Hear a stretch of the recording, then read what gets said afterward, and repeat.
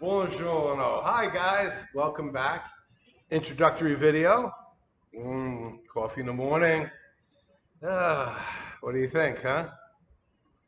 This is the Corona mustache. I have not cut this since we had to wear masks. Pretty good, huh? Not bad. So what are we going to do today? Today's introduction. Let's go Italian 2 class. This is one of my favorite classes. Where's the notebooks? Okay.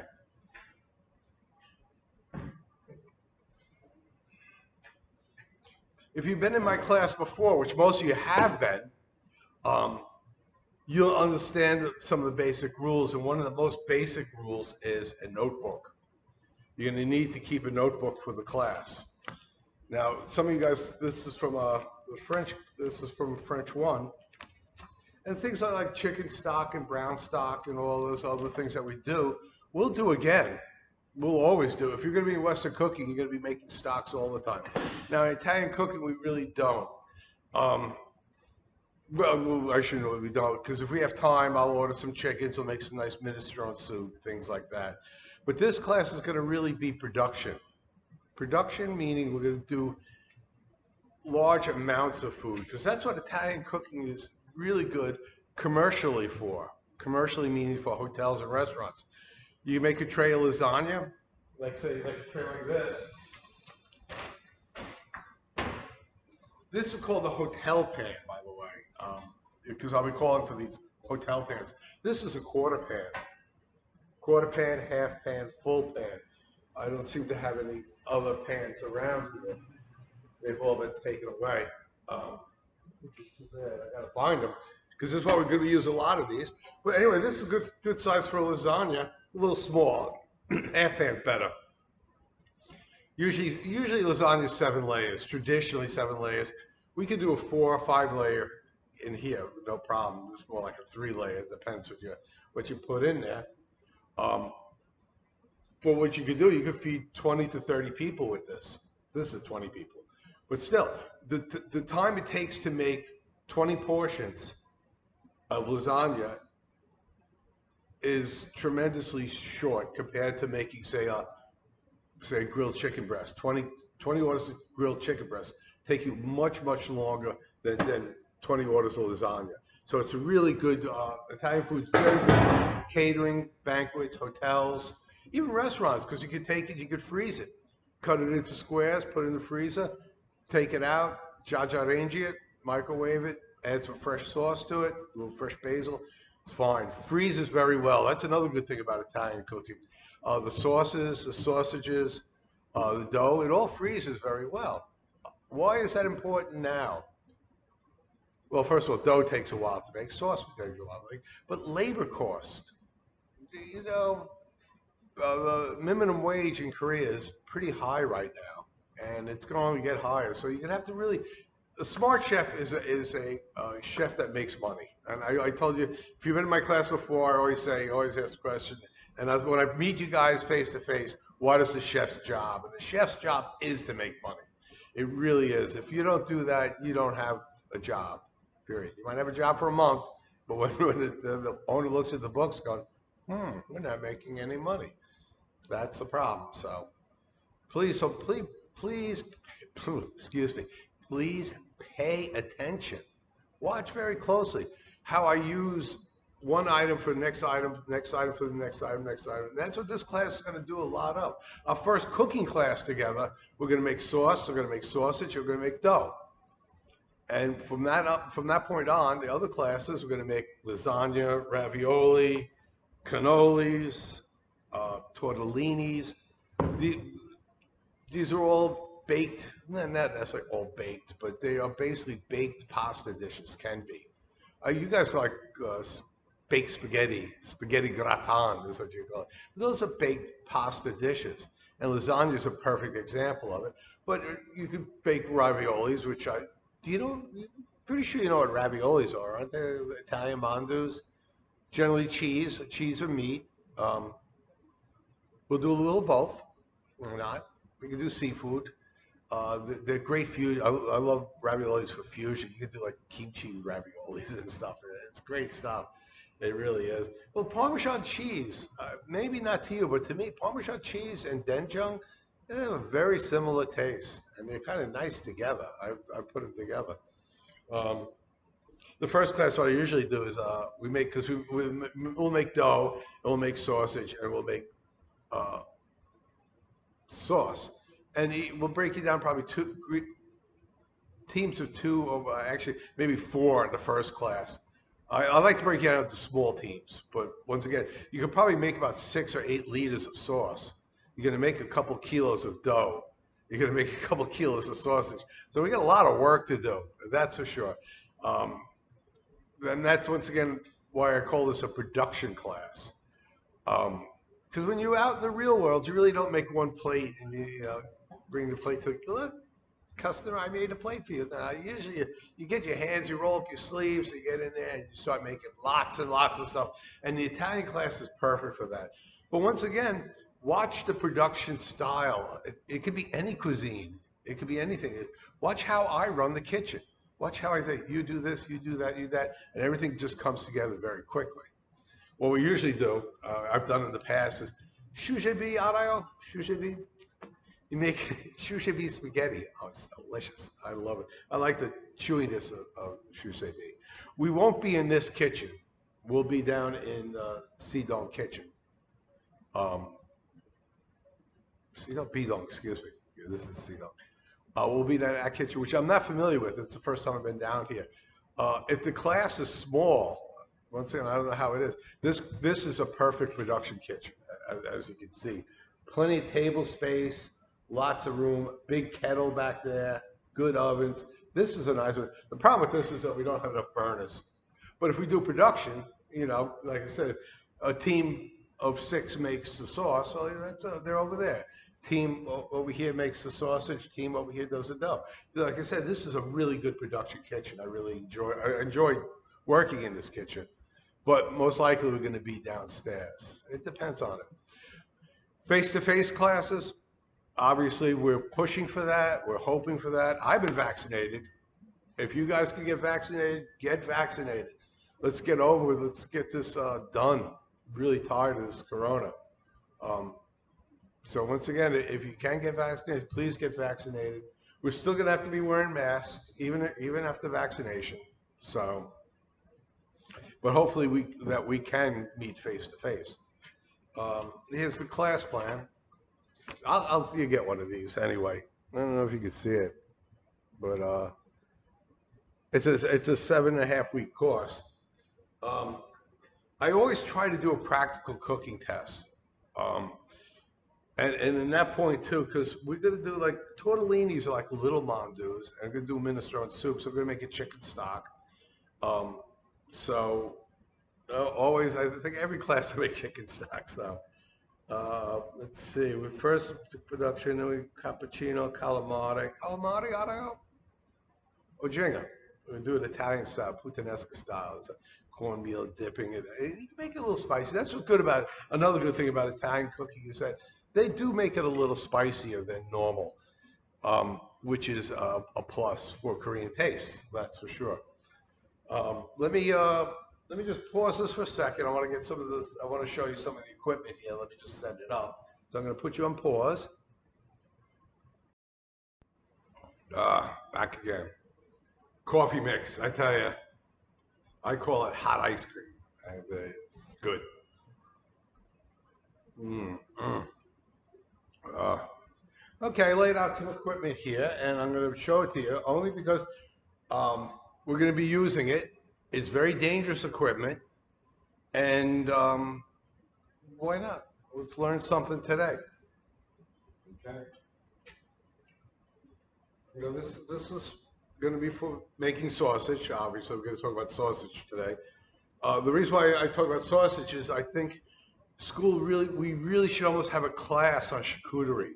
Now, in the French too, I deal with pâtés and terrines and galantines and things like that.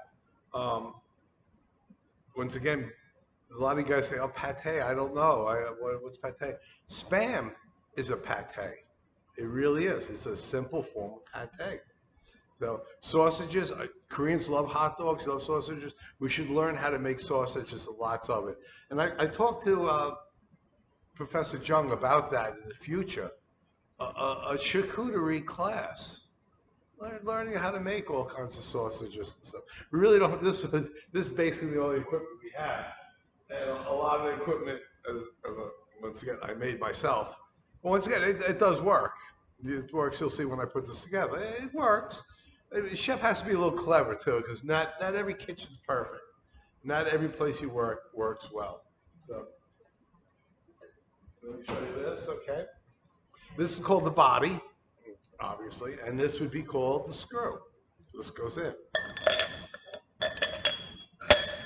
All right. And what goes inside there is what they call the knife. Cowl. This is the knife part here. And that goes in a very particular way. And let me put this down and get the next part. This thing's very heavy, by the way. Very heavy.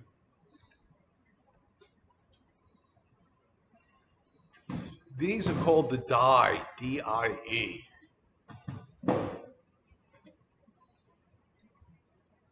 These are fairly expensive.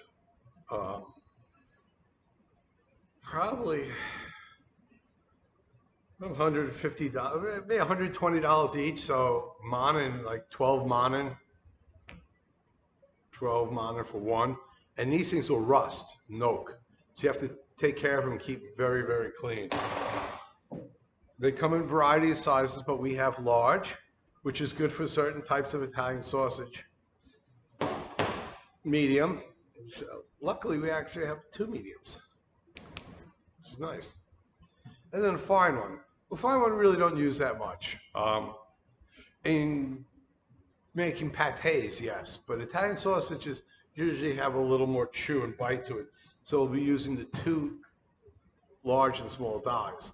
And what you do too is like 50-50, grind medium, grind fine, large, to give it a little chew, a little bite. Getting back to the knife part. The knife has a very peculiar shape to it, right? It's like a ninja star. It has that shape, but you see it's flat and then pointed on one side.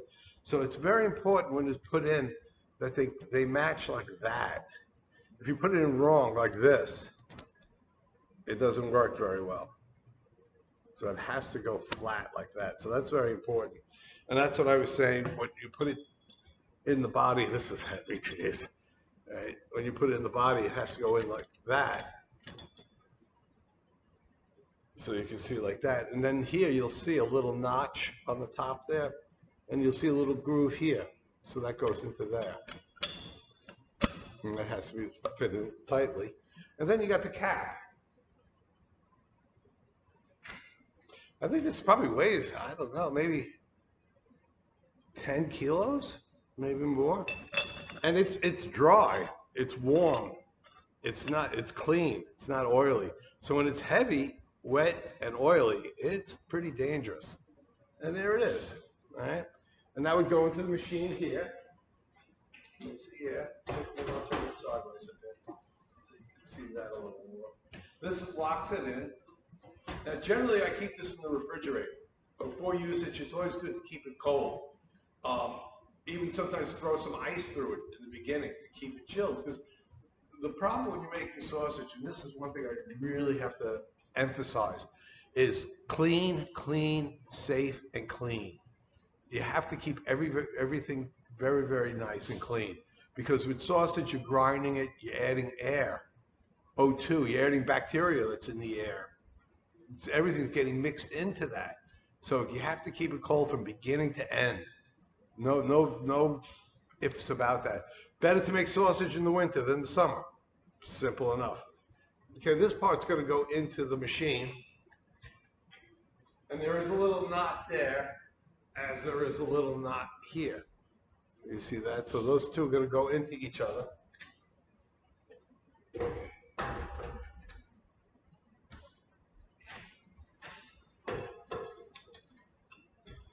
Put that on. Make sure it's on tightly. Now this is the tightening screw. this, it's getting, everything's cold. Like I said, this should be cold. The machine is cold now. It gets pretty warm running. But when you tighten this down, this should be just lightly tight. That's it. None of you, especially you boys, as you guys, it'll get hot, expand, and you have to wait till tomorrow to open it up. So make sure everything's tight. There's an on-off switch over here. And before you do anything, you turn it on and off quickly. You can see the lights blink. That's how powerful this motor is. You turn it on and off really quick to make sure everything's okay. And there's nothing not mixed in or caught in there or anything like that. This machine, if you notice too, I'm not even wearing a necktie, because this machine will not stop for anything.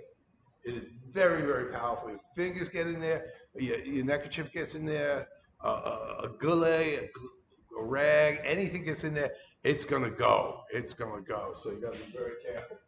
So that's why we always use a tray and a plunger. I don't want to see you guys sticking.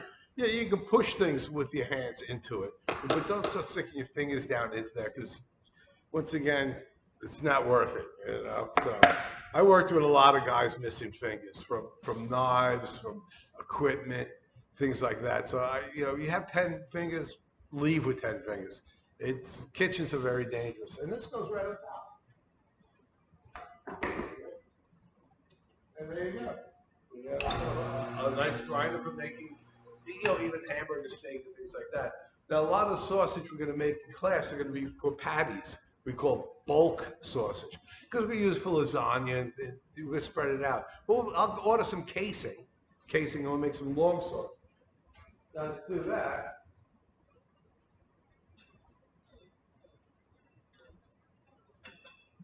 you take this apart too. You take it on and off really quick, and then this would come out.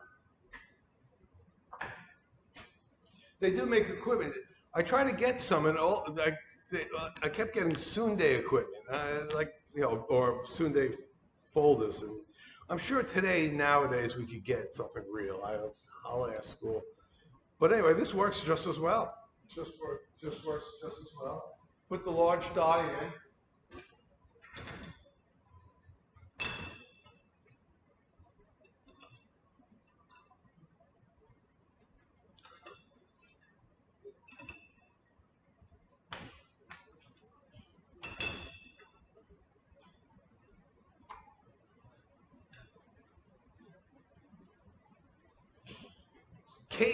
Casing is the gupshi. Now, it's good Sunday uses real gupshi, and that's what we get. I don't know what the name of it is in Korean. It's like makchang, not makchang, because makchang is really small. One year I ordered casing, I got makchang. You can't stuff that. I guess you could, but very short. But the long part of that, of pig, generally pork casing, you have to clean that very well too. So, like I said, when we do the sausage, there's a lot of learning, in it. Simple, but once again, key point: keep it clean. So we take that casing, we put it on here, like that, and then take our meat and put it through, and it will come out. And the casing, generally, you can put ice down. I'll put like a hotel pan or a pan like this. You put some ice in there and you let the sausage just go around and around and around, and keeping it cold. Keeping it cold is such a good point. I can't really emphasize that. These are made out of stainless steel. Not carbon steel. They rust, nok. So they have to be taken care of very, very, very, very carefully.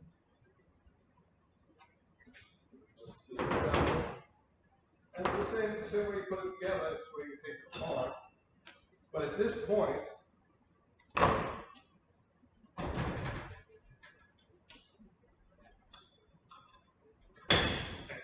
after grinding and all that other stuff, this is going to be wet, greasy, and if you drop this on your foot, you'll see in class, I'll hand this around. You drop it on the foot, it's goodbye time. It weighs, like I say, it probably weighs at least 10, 15 kilos, just extremely heavy and extremely strong. So that's what I'm saying about when it comes to safety and using it, you got to be extremely, extremely careful. In class time, once again, knives are important. If you don't have a steel by now, you should be getting one. If you were in my class before, I kept telling you, please go out and get a steel.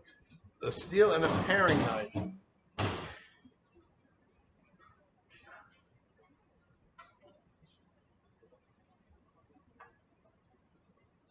Now, a lot of you guys, you end up with a tournée knife, which is good. You could use that for a lot of things, but really it's made for tournéing. And in French class, we tournée a lot. But I would like you to get a paring knife, only because you're going to use this a lot more for a lot of other things. Plus, if you need a knife to do something in the kitchen and you have to go over there, you walk over there with this knife instead of this knife. There's a lot less chance you're going to hurt somebody. You know, it's just, once again, paring knives are good for using small cuts, cutting things. This is a larger paring knife. This is good size. I really don't recommend getting one of these. You can see the difference. These are good, yeah. Both these you can tournée with too. There's no problem tournée. This might be a little easier to tournée with because it's smaller, lighter, but you could do it with this. This is just a better quality knife. You know, you always can tell a quality knife because it always has called the tang. And once again, if you're in my freshman class, you know the parts of the knife. This has a nice long tang. Bolts, rivets, you know. This has a short tang on it. Once again, this you're not going to be chopping a lot with, so this is good. This is cheap. At least get something like this, but if you're going to invest some money, get a good full tang knife. All your knives really should be full tanged, especially like French knives, because there's I don't know what you guys learn this as. We usually call these chef knives. I notice a lot of the other teachers call them French knives. Fine, but chef knife I think is a better term because you use it. Try to get one without a heel. I don't think I have an example.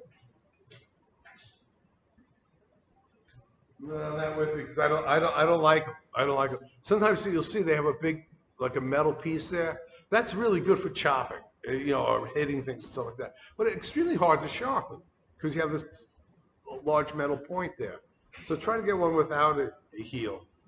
So, and I said before too, is a sharpening steel. All right, these are very good. Once again, ooh, rain. How about that summer, huh? Wow, really hot, way too hot. Heel to toe, gentle, no. You hear that in the class, they're like, oh, you're gonna whack it down. You know, it's a nice part. You don't hold a lot of pressure either. And it really puts a nice edge on it. This is an inexpensive knife. I never really had expensive knives. I never really had the need for an expensive knife.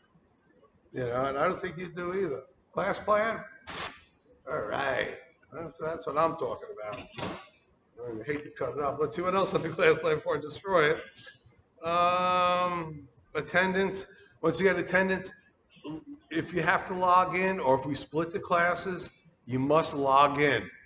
Okay, I suggest both A and B. Hopefully, we don't have to do this, but just in case, we have some time. Wow, it's really raining. We have some time to figure this out. But if we do the A-B class, A class will cook, and then B class will watch, and then B class will cook, and A class will. I still suggest you watch your own class. A class watch, A class, B class watch, because you'll see pointers. You'll see yourself. Because I noticed in the last semester, I was talking to some of the students, and they looked at it, and they said, oh, you know, I look silly, I look goofy, and so on. But you can watch your working techniques. Watch your posture. Now, I don't have a really good back, but you'll see a lot of students working like this.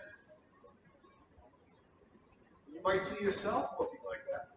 And what it is, you're really going to get a big back pain, you know, if you end over like this. So once again, watching your own class is really interesting. I watch it myself, and I notice I got a lot of bad habits. I had one class, I walking through a kitchen, like, you know, I wasn't really paying attention to what I was doing, that I had a knife in my hand. So once again, you can watch them and you can see your own mistakes and things like that. Um, once again, notebooks are very important. I'm going to post a video after this. It's just maybe a little on history of Rome. Rome is very important, and not so much what a lot of people don't know when we talk about Italy. Italy is not Italy as we know it today. Italy is like 1890. Italy is a new country. Rome's old, but Rome collapsed. And for the longest time, for almost 1,000 years, Italy itself was a bunch of the Papal States, Tuscany, Lombardy, Sicily. They were all their own countries. Sicily was settled by the Greeks. The Greeks are the ones who brought olives to Italy. And before the Romans were the Etruscans. They're the ones who brought winemaking to France. So what we think of Italian is a very new thing. Um, when you think of Italian, what do you think of? What kind of food? Yeah, spaghetti, or pizzas and things like that. But before the 18, before the, excuse me, before the 1600s, there was no tomatoes in Italy. Tomatoes are a New World product. Columbus brought them back with him. And it wasn't almost for almost 100 years, people didn't eat them because the leaves of tomatoes are slightly poisonous. They'll get you sick. Well, at least give you a stomach ache, not necessarily, but some people can die from it. So they thought that tomatoes were poison. And so they didn't eat them. They thought they were just pretty. And they were yellow. That's what a really funny thing is. The original tomatoes were yellow. They have been bred red for the last couple hundred years. So the original tomatoes, like in French, are called pomme d'or, means golden apple. So I'll give you an idea. When they first came to the old world from the new world, they were a novelty. When we think about spaghetti sauce, when you think about tomato sauce, you and me, Americans and Koreans, we think about Italian style. Basil, oregano, mano, that kind of thing. French, totally different. They have stocks in it. They thicken it with a roux, usually like beef stock are in it. And really, the French tomato sauce is very, very different. And maybe French too. We'll make some. What you have to do is make brown stock. That's once again when I talk about in class. We always make stocks in Western cooking. They're always used for something. Make minestrone soup. You're going to do the chicken stock. You're going to make an Italian tomato sauce, French tomato sauce. You're going to use beef stock. So you never can really get away from it. It's in everything. Let's see. Okay, attendance. Once again, you have to log in.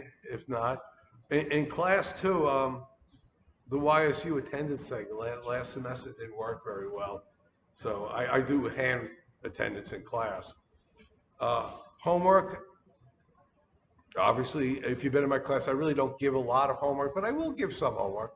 Homework is not a punishment. Homework is for you to learn something outside of the classroom. What I talk about a lot in class too is about food history because I find that extremely fascinating. I mean, if you think of Italian cooking without tomatoes, today it's impossible to think of it and think about it. And what the Romans ate, a thing like mulchijud, yeah. You know, you take mulchi, sorghum, mulchi, squeeze out. Romans ate that. It was everything. That was a big thing. It was called lithorium. They had it on everything. Garum and lithorium. They used it in everything. Now they don't, which is interesting. But my understanding, and maybe that makes no homework for you guys. It's the same method, same way Koreans make it. It's like fermented fish with salt. So it's really good that way. That's my coffee. Getting a little dry. Well, I'm almost done anyway. Midterm, probably written as usual. Usually written midterm, and I try to do a practical cooking test because that's, I think, more important than anything else. Practicality, practical cooking tests. Once again, we don't know with this corona. Right now, we're locked down. Right now, Busan itself, this is a week earlier before classes were locked down. And the reason why I'm doing this is so you don't have to come into class the first week. Because basically this is what we do anyway. We just talk about what's going on, what the class is going to be. There's really no hands-on stuff. Um, if we didn't have Corona, if I knew we would not lock down, I would order food.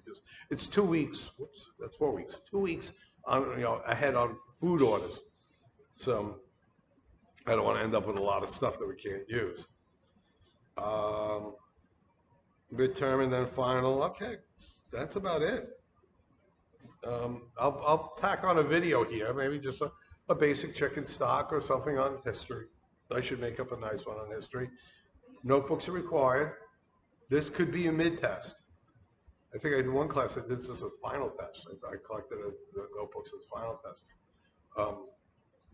If you've been in my class, which most of you have, you know the whole story about USBs to floppy disks and stuff like that. Notebooks are very, very valuable. You can't bring a USB into a kitchen.